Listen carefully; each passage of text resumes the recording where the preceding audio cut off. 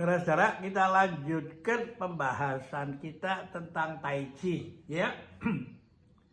Yang sebelum ini kita membahas tentang sedikit tentang riwayatnya, gitu.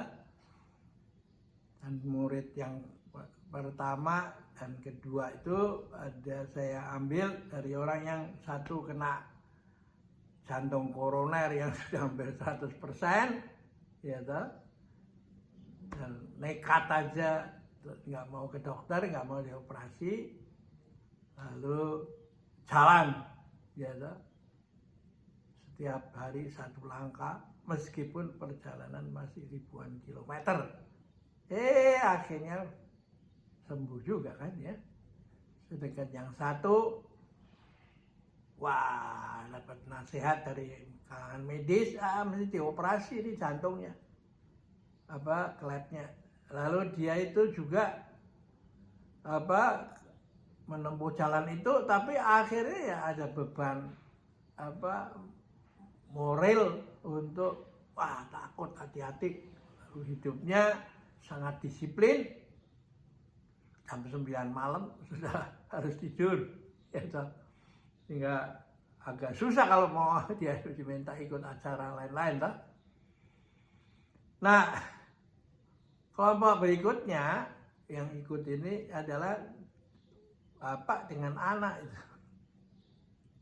ya, dari Fakultas Kesehatan Masyarakat Universitas Indonesia itu. Dia datang aja, ikut Zoom.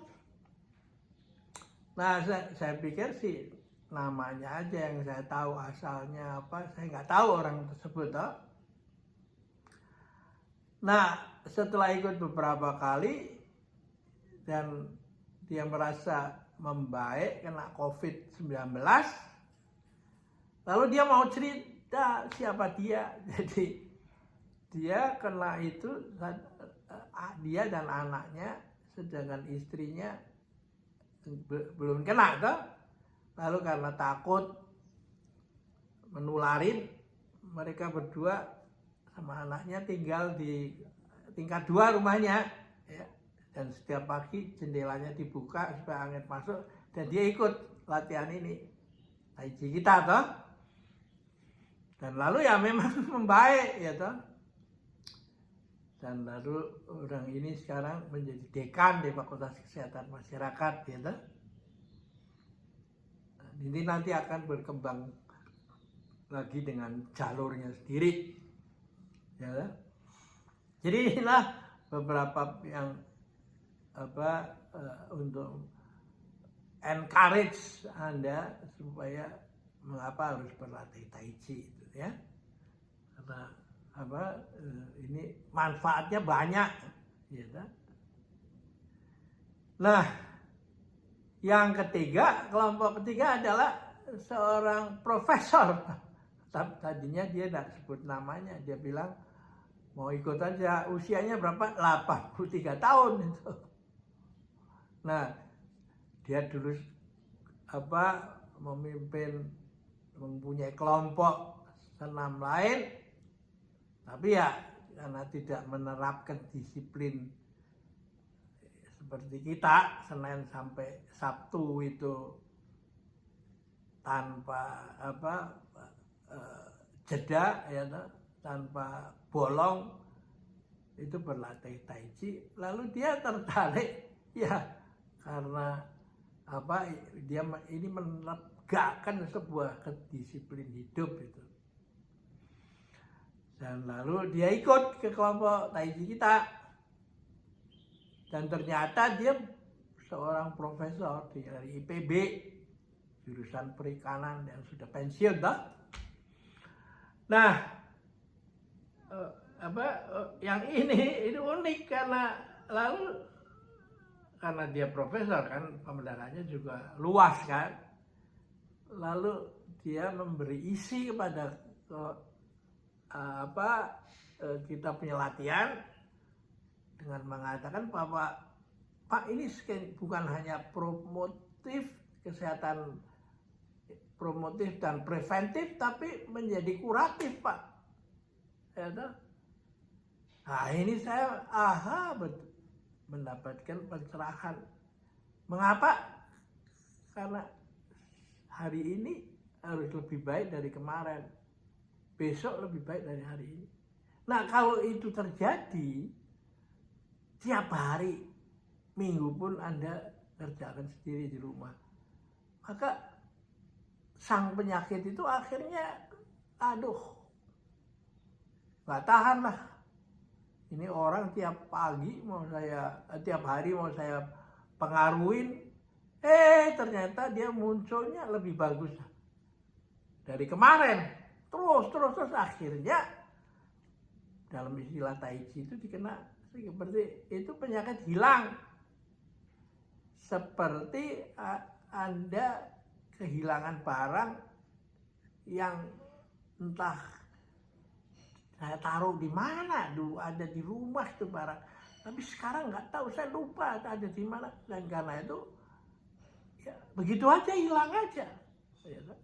Dan kalau hilangnya itu seperti begini, maka itu kemungkinan kambuh lagi itu sudah sulit terjadi, ya, bersifat permanen itu, ya.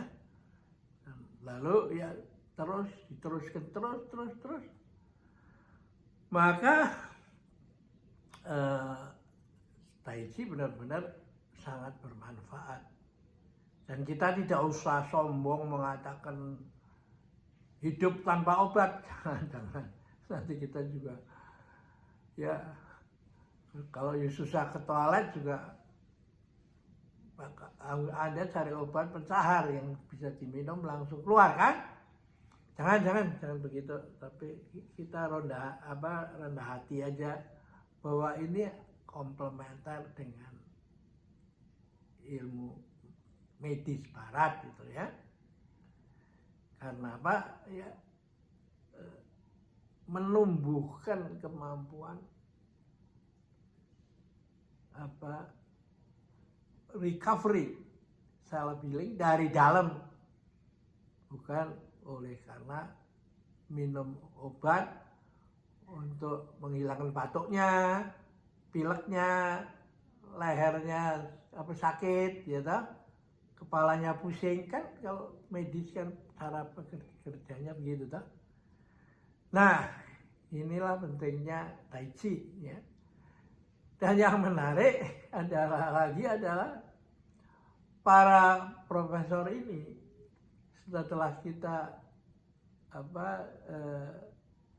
jalan itu direnungkan bahwa mereka berpikir bahwa gila, kita sudah diajar sangat ilmu-ilmu yang macam-macam tinggi di sekolah, ya, mendapat gelar. Tapi kalau kita sampai lalu kena demensia atau pikun, dan akhirnya kalau kita ke dokter saraf, kita dibanting, disuruh kembali untuk mengisi teka-teki silang itu supaya otaknya bisa aktif lagi toh, ya. Oke, kita akhirin pertemuan kita kali ini di sini dulu, ya. Kita lanjutkan lagi nanti.